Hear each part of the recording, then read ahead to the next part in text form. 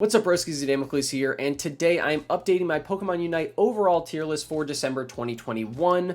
That's right, I'm going to be ranking all the Pokemon in the game from best to worst and giving you my thoughts and opinions on each of them. But please remember, these are my thoughts and my opinions, so if you disagree with them, no problem, drop a comment down below. I'm more than happy to discuss with you and make changes in future tier lists if you present a good argument. I have a solo queue tier list already on the channel that was updated recently, so if you want to check that out as a solo queue player, please feel free to go and do that. But without further ado, let's just hop into the tiers, shall we?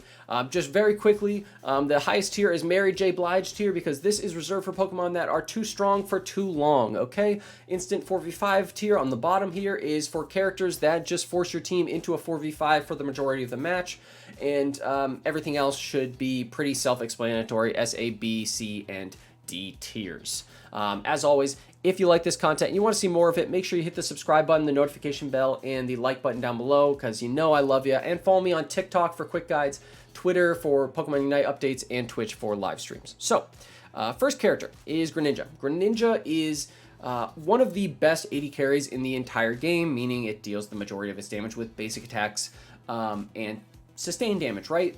There's really not too many weaknesses that go along with Greninja. It has fantastic sustained damage. It does damage based on a percentage of the enemy's health. It has slows in its basic attack. It has escapes in stealth and double team. It has invincibility frames in double team. It's just a phenomenal character overall, and it's one of the main 80 carry picks that you see basically in any game, right? You usually see a Greninja or a Cinderace. It has phenomenal jungle matchups as well. It's just overall a fantastic character. You can't go wrong if you're picking Greninja. So for that reason, it is in S tier. What else have we got here? Let's go with Absol. Absol's our first B tier character. Absol is a phenomenal early game jungler. I love this character. You guys know how much I love Absol in those one-shots. Early game, fantastic. In solo queue, fantastic because you're able to snowball games really hard. It probably has the highest early game damage of any character in the entire game. You can just two-shot people as soon as you finish your jungle route. But later on in the game, its squishiness starts to impact its effectiveness, and you're really easily able to be blown up by slightly more coordinated teams, and this is an overall tier list, not just a purely solo queue tier list, so just going off of that alone, Absol has to drop down into B tier for the sake of this tier list because later on in the game, if the enemy team focuses you and you're playing Absol, it reduces your effectiveness a little bit, and for that reason, Absol's in B tier. Still a phenomenal character and definitely worthwhile speedster pickup. C tier, we're going with Pikachu. Pikachu is in the C tier because overall, special attack like kind of lane bullies have seen a bit of a, I don't want to say a bit of a drop, but just in general, the effectiveness isn't really as felt as it is with attack-based characters or more sustained special attack characters, if that makes sense, like your Sylveons and your Venusaurs. And that downtime in between ability uses and the late game fall off that Pikachu has kind of puts a hamper on its effectiveness. It really is a fantastic lane bully. Everybody hates that Electro Ball spam. It has some really nice CC. It's a very easy character to play, but its Unite move does put it in some danger when it's used, and later on in the game, it falls off in effectiveness, in my opinion. So for that reason, Pikachu is going to be in C tier. Also, unlike, a character, you might be saying, oh, it's very similar to Absol. Why is it a little bit lower? It's because Absol, number one, it's like the best early game character in the game, but also being a special attack character versus being an attack character is a huge difference because of your objective taking capabilities and your farming capabilities, right? So if an Absol goes and wins an engage bottom lane, you're able to go and you could solo a Dreadnought if you want to. Same thing could not be safely done with a Pikachu. People would be able to come back to lane. You'd probably take a decent amount of damage. So for that reason, Pikachu is going to be in the C tier. Who do we got next? Let's go for a support. Mr. Mime. I'm putting Mr. Mime in A tier.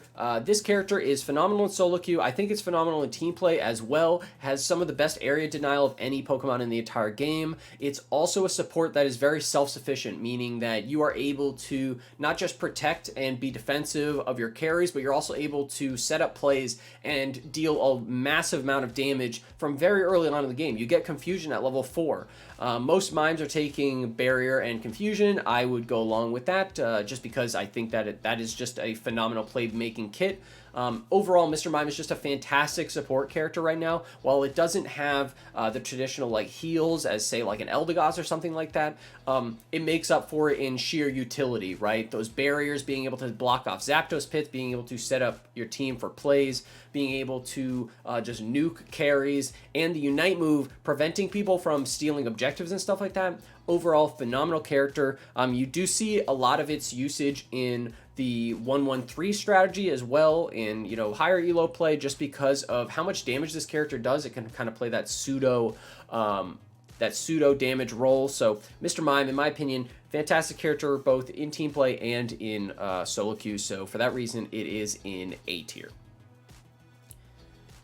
Let's see. Gengar. I'm going to put Gengar in A tier as well. I think that this character is still kind of sliding under the radar for a lot of people.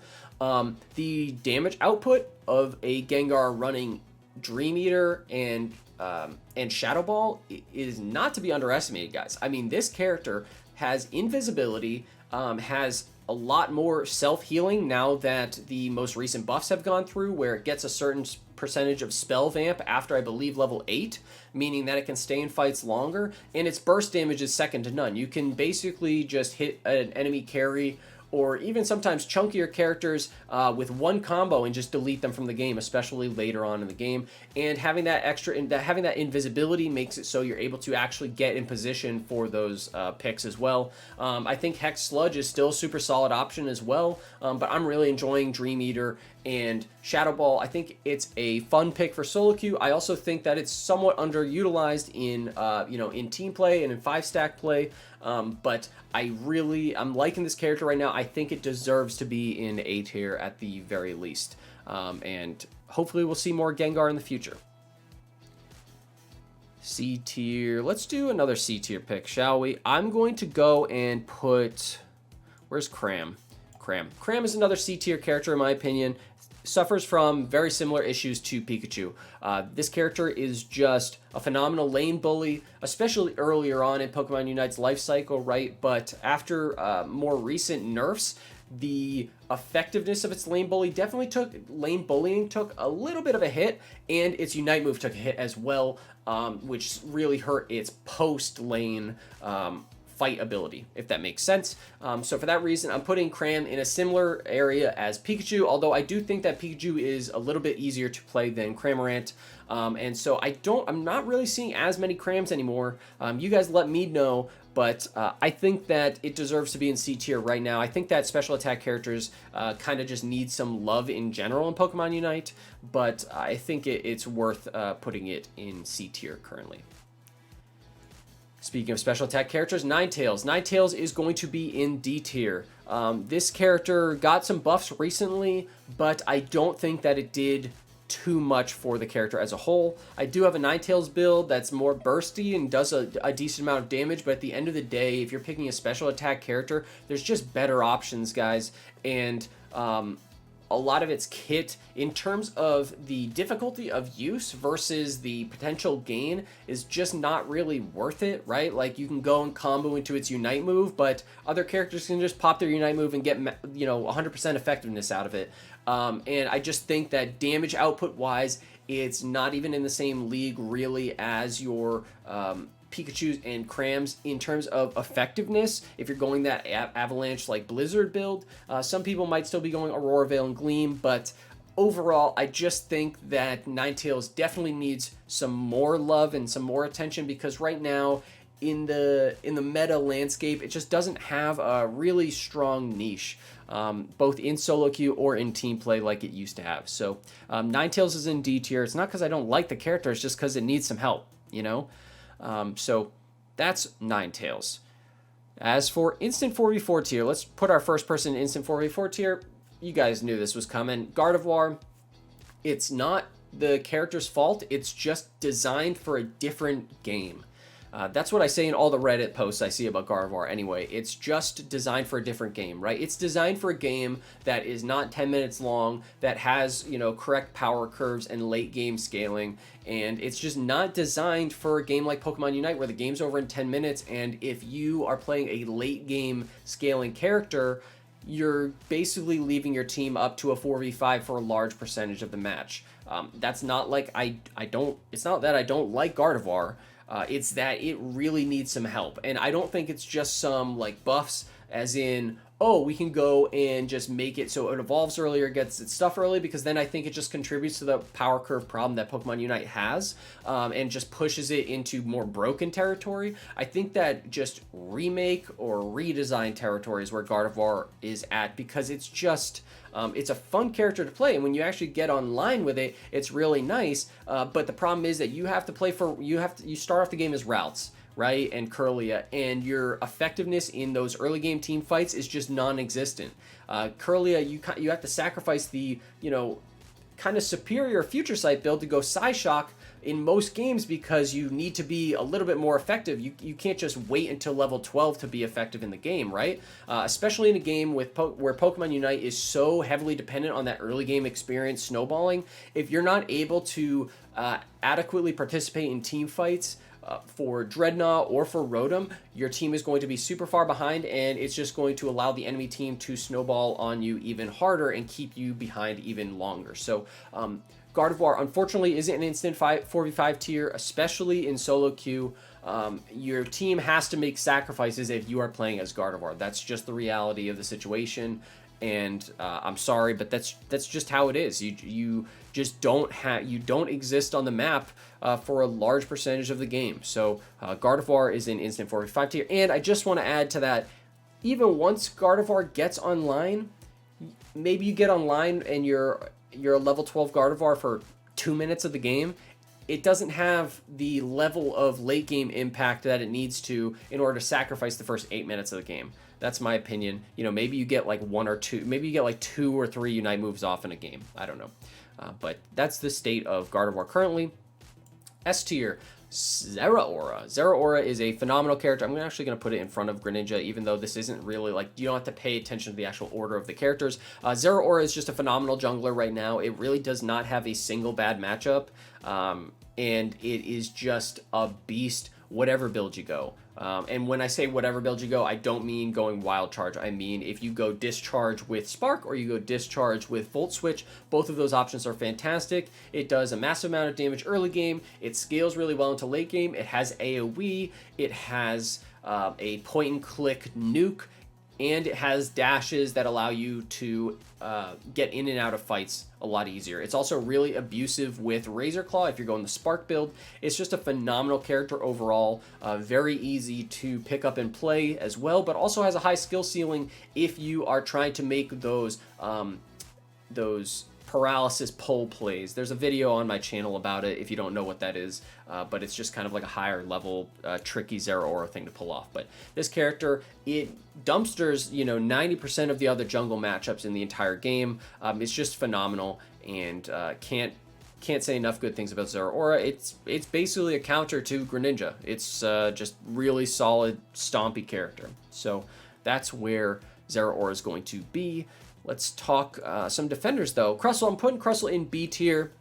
I think that in terms of solo queue, this is a really solid defender to play just because you are able to go and kind of not ignore your defender role, but you're able to go and abuse Crustle's Score Shield and Buddy Barrier synergy to score points where other defenders might not be able to actually make it around the map and rotate and score points. You also have some phenomenal objective taking capabilities with Scope Lens and Stealth Rocks. So Crustle overall is just a really interesting defender to play. I think that if you're playing in like a 5-stack, you're probably going to want to go one of the other defender options, just because in terms of actual being the defender, the tank of the team, there's some better choices. But mixing those two together, I would say that Crustle is solidly in B tier. It's still a solid defender, but it does have some weak points and has some strong points that other defenders don't have. So Crustle is in B tier. It's a goofy lasagna crab, and it's really fun to play. What else do we have here? Sylveon. Sylveon, do I want to put it up in S tier right now? I'm going to put Sylveon in A tier. I think it deserves to be an A tier. This character, when it was released, was absolutely one of the most busted characters they ever released. It was so easy to get like 150,000 damage games. Just absurd.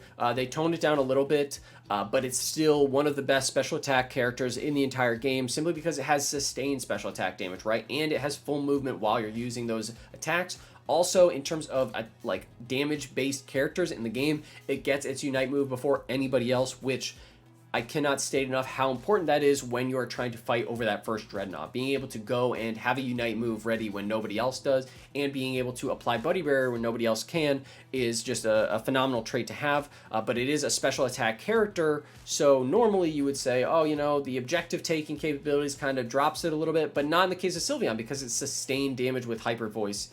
So it's a great character overall. If you go Calm Mind, you also have, you know, an ability nullifying ability. So Sylveon, I think, is just one of the best special attack characters in the game right now, and is deserving of A tier. So that's where I'm going to put it. What else have we got? Let's do another defender, right? We got Greedent. Greedent is a character that I think I could put it in A tier, or I could put it in B tier. I'm tempted. Actually, I'm going to put it in A tier. So Greedent was another character that was released, and it was just absolutely broken. Except this one took a lot longer than Sylveon to get fixed. They've toned it down a bit, but it still is a really powerful and annoying character to deal with. Whether or not you're going Covet, or you're going Stuffed Cheeks, or you're going Bullet Seed, or you're going Belch, all of the different builds you can make with Greedent are really solid to use as a defender. Its Unite move is really powerful just from a damage aspect as well.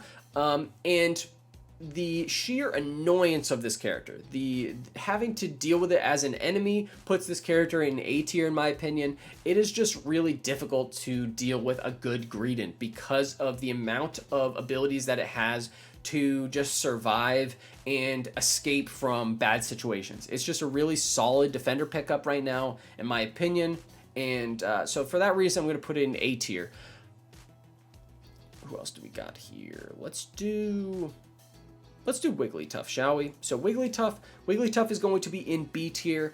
I'm not the biggest fan of Wiggly. It is a decent lane bully for a support. I do think that some of the nerfs that it took definitely hit it where it hurts. And I still think that in terms of other supports, it's not as great as other supports. But if you're looking for a character that can cleanse, provide immunity to your team in team fights, and is a decent lane bully with decent CC, then look no further than Wigglytuff. I just don't think that it stacks up as good to some of the higher tier supports in the game. So for that reason, it is in B tier. Slowbro. Slowbro is going to be in D tier. Slowbro is in a bit of a rough spot right now. It hasn't seen too much love in terms of buffs. It's a phenomenal defender when it comes to soloing out single damage carries, but outside of that, it is kind of just there. It has some decent CC, but most of the CC is, you know, against single target focused. It's really annoying if you are a fed carrier and you're trying to deal with a Slowbro, but overall, the overall landscape, Slowbro is not really seen that much, and I think it could use some love from the dev team, and I just don't think it stacks up in terms of utility against some of the other defenders in the game. And so for that reason, I'm going to put it in D tier, down with Ninetales. Decidueye. Decidueye, I'm going to put in C tier.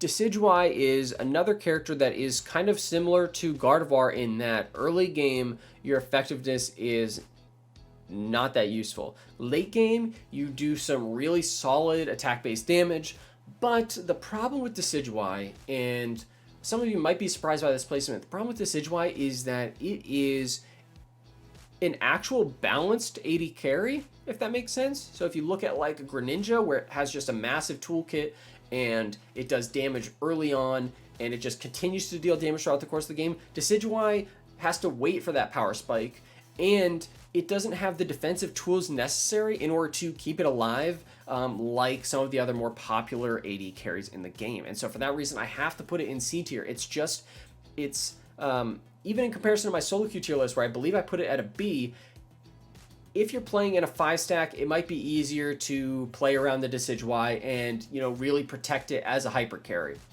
And I think that it is a really solid hyper carry. The problem is it's so squishy and it's so vulnerable. Like you have no options if someone remotely closes the gap or looks at you. Like if 90% of this roster looks at Decidueye wrong, Decidueye flops over. That's just it. Most Decidueye highlights that you're going to see involve the enemy team not just totally ignoring Decidueye and letting it basic attack all over the place. Because even if you're super far ahead, you're so squishy that if any of these other characters that have some defensive options are able to get in on you, you're just toast. And I think that it's just another character where it's very similar to Gardevoir, where it might be designed for a different game, where it's like, if the other characters, if everything was equal and 80 carries actually had 80 carry scaling like they do in other games, then Decidueye would be up there. But the fact of the matter is that Greninja and Cinderace skew the 80 carry position in a massive way, and Decidueye is just too vulnerable when you're talking about the rest of the roster in Pokemon Unite. So I got to put it in C tier. I love the character, by the way. I love the character. Like, love the abilities, love the damage output, love all of that. But you gotta call a spade, and it's just, yeah, it's way too squishy. Let's put our first character in Mary J. Blige tier.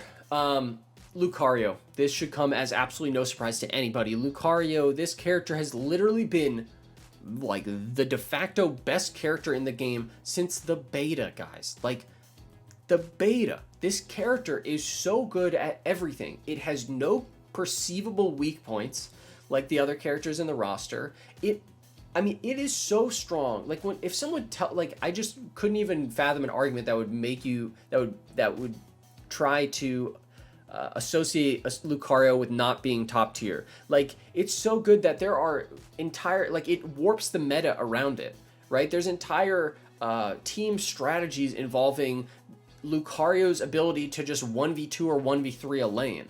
Like, that's how good this character is. You drop it in a lane, and it's just going to steamroll that lane. You see it in basically every single game because it is just so good, and it makes it so all the other all-rounders feel worse in comparison because there's just nothing that this dog does that is bad, okay? It has phenomenal movement, it has phenomenal damage, it has phenomenal objective taking capabilities. Its Unite move is like a semi-global projectile.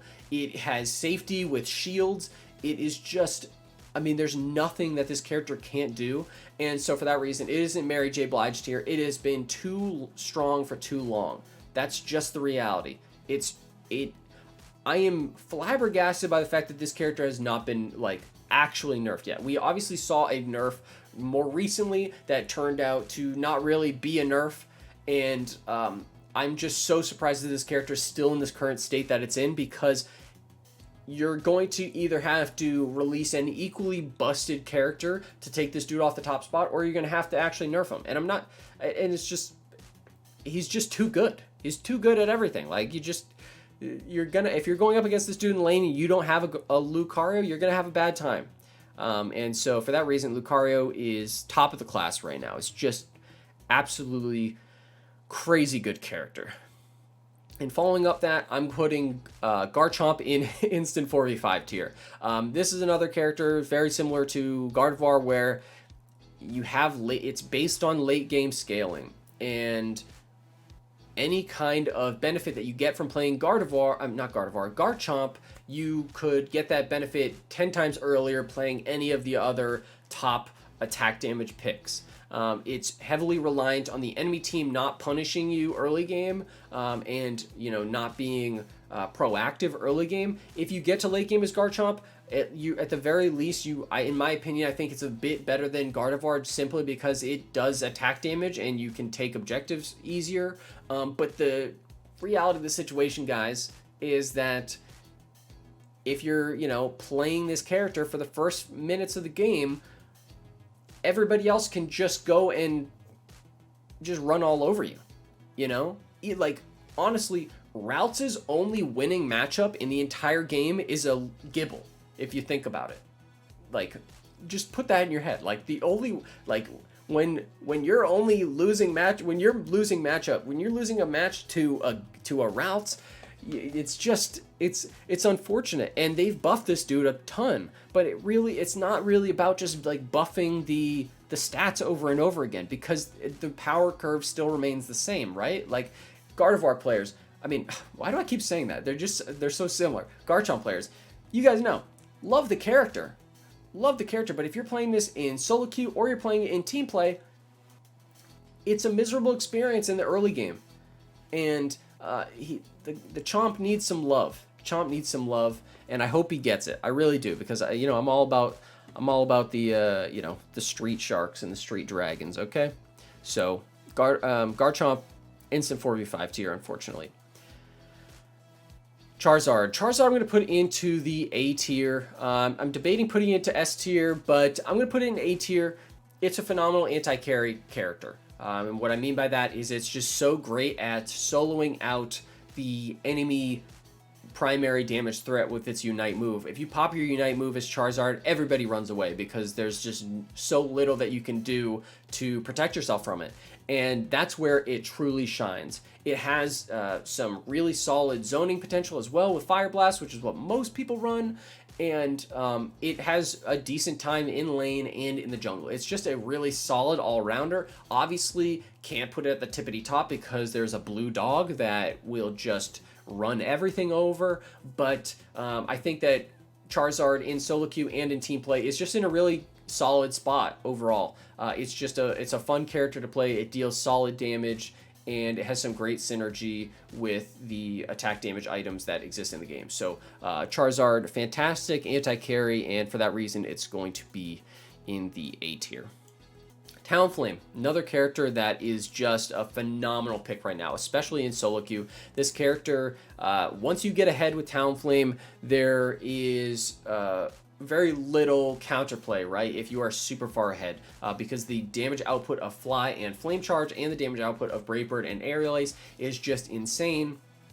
It does take a little bit to get online, but once you're there, this character just is so good at stealing objectives and so good at nuking the enemy carries that you can't go wrong when you're picking Talonflame.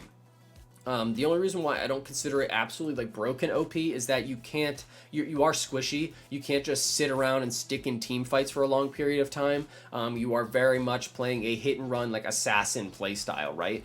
But it's one of my favorite characters in the whole game. The scoring build that you can go with it, like Score Shield and Buddy Barrier, combined with Talonflame having basically the quickest charging Unite move in the entire game, makes this dude an absolute beast in terms of both damage and in terms of scoring capabilities. You can just score right in people's faces, and if there's people on that point, you fly right over onto the next one. They can't catch up with you, and you score there as well. Link to a bunch of Talonflame builds is in the channel, and I'll put blurbs up above. But I love this character. It's so good. If you're struggling in solo queue, play Talonflame, because this character is insane.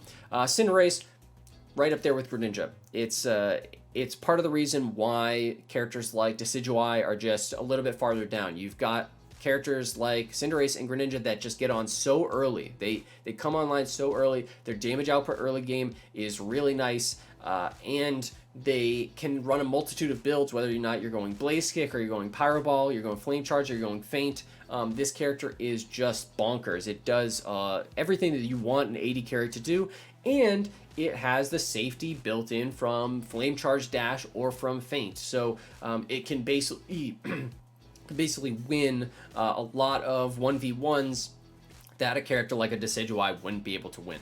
So for that reason, Cinderace is in S tier. It's just one of the two main AD carry picks that you see in basically any kind of a meta composition. It's phenomenal in the jungle predominantly, but you can also play it in lane as well.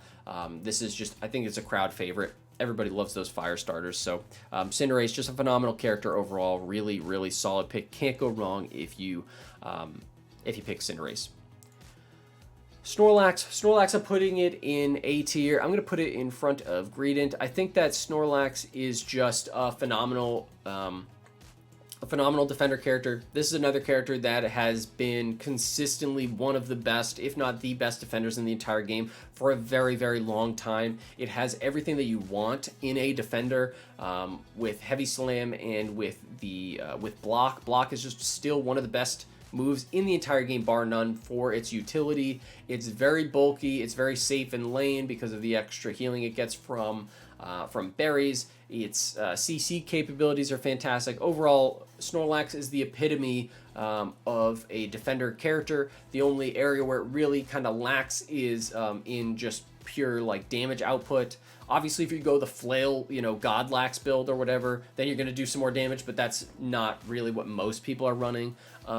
In solo queue, I don't really recommend going defenders in general, but overall, Snorlax is just one of the best defenders in the game, and so for that reason, he's going to be in the A tier.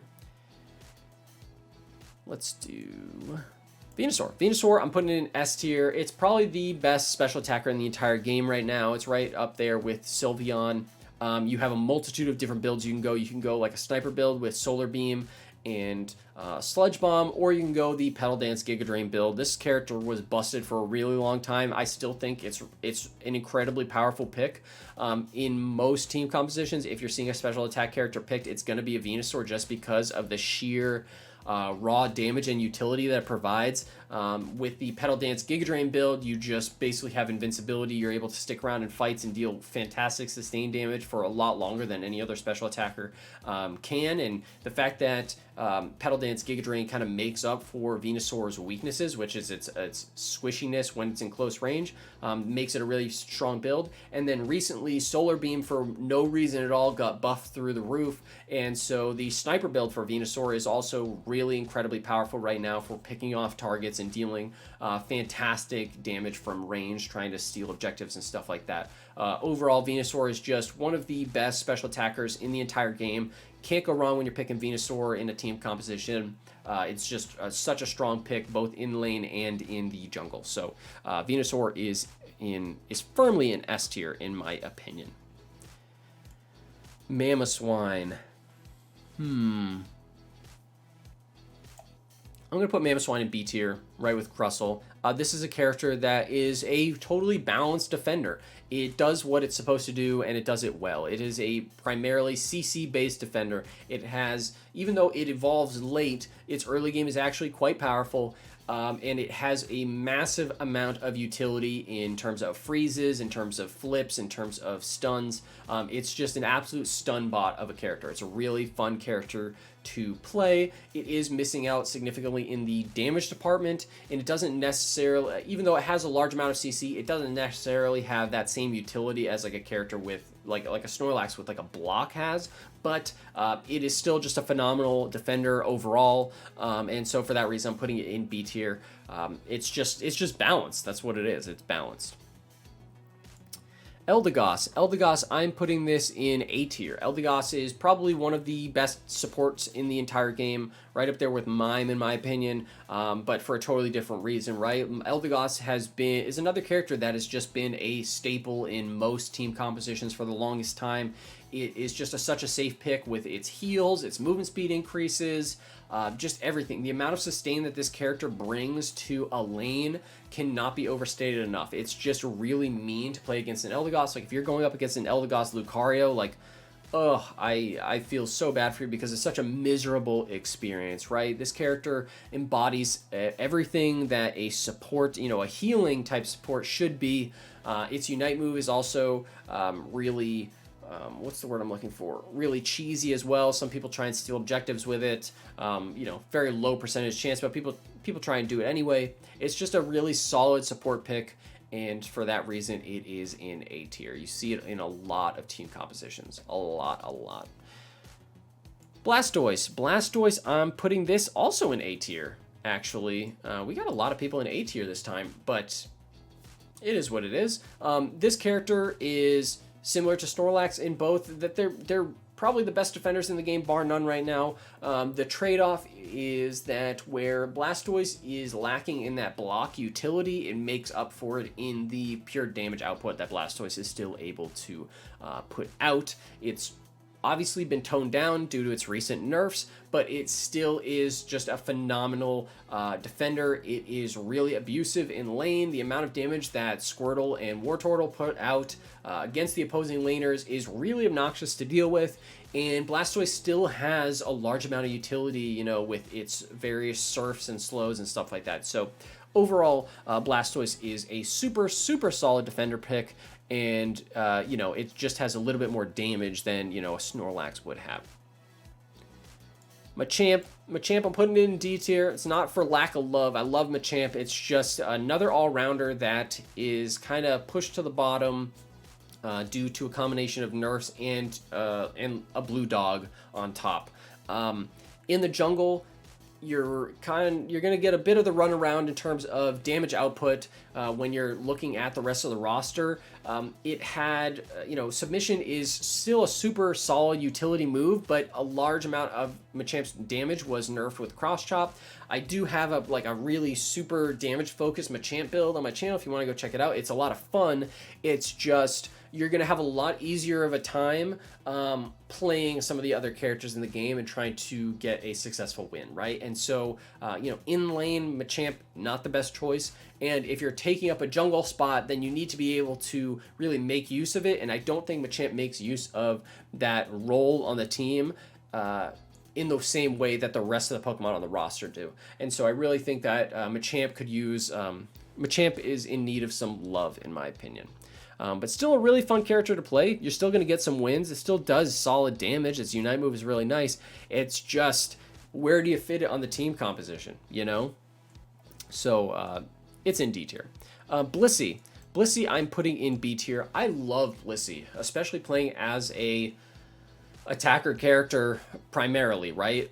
The attack speed steroid that Blissey is able to give is really solid. If you go the more cleanse route, then you're able to hard counter some characters in this game, like your Greninja, not your Greninjas, excuse me, your Gengars and stuff like that. But it's just laning presence wise, it doesn't have the same type of laning presence as an LDGOS or a Mr. Mime, and it's a very heavily team dependent support. Whereas LDGOS, it's still primarily team dependent, but a lot of people like to run, you know, like a muscle band on LDGOS so that you're able to output a decent amount of damage as well, and you still have those heals, whereas Blissey is just very much, you know, on the squishier side with, you know, lower range. And despite its attack speed steroid being so phenomenally good, I love the character. I just think that in the current meta landscape, people are putting a lot more emphasis on your Mimes and your LDGOSes, and I don't think Blissey has the best matchups against those characters. You know what I mean? If you're looking at, not saying that you really have any kind of support versus support fights, but I think that just there's a higher degree of scenarios where a Mr. Mime and an LDGOS are going to give you a better benefit than, say, a Blissey would.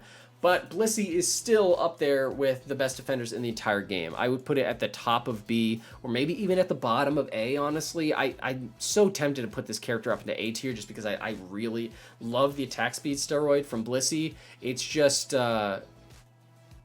I think I'll keep it at B tier for now, but you guys let me know what you think. So that's going to be it. That's everything on the tier list, guys. I think I'm pretty comfortable with this. We've got an interesting spread. There are definitely some characters that need some love and need some attention, and there's definitely some characters that need to be tuned down a tad. Overall, I think that a large amount of the variance you see in terms of the best characters versus the worst characters is simply just on the Pokemon Unite power curve design, and I'm not sure how to remedy that, but I think that this tier list is fairly accurate, fairly representative of what you see in the game right now, and I'm comfortable with it. So you guys let me know if you have any disagreements. I'm more than happy to discuss and change my mind. I'm totally open to who, you know, I have an open mind when it comes to these things. Maybe there's something that I failed to consider, but you guys let me know in the comments down below. Thank you so much for watching. I really hope you found this to be useful and informational, and that's going to be it for me, guys. Thank you so much, and Damocles out.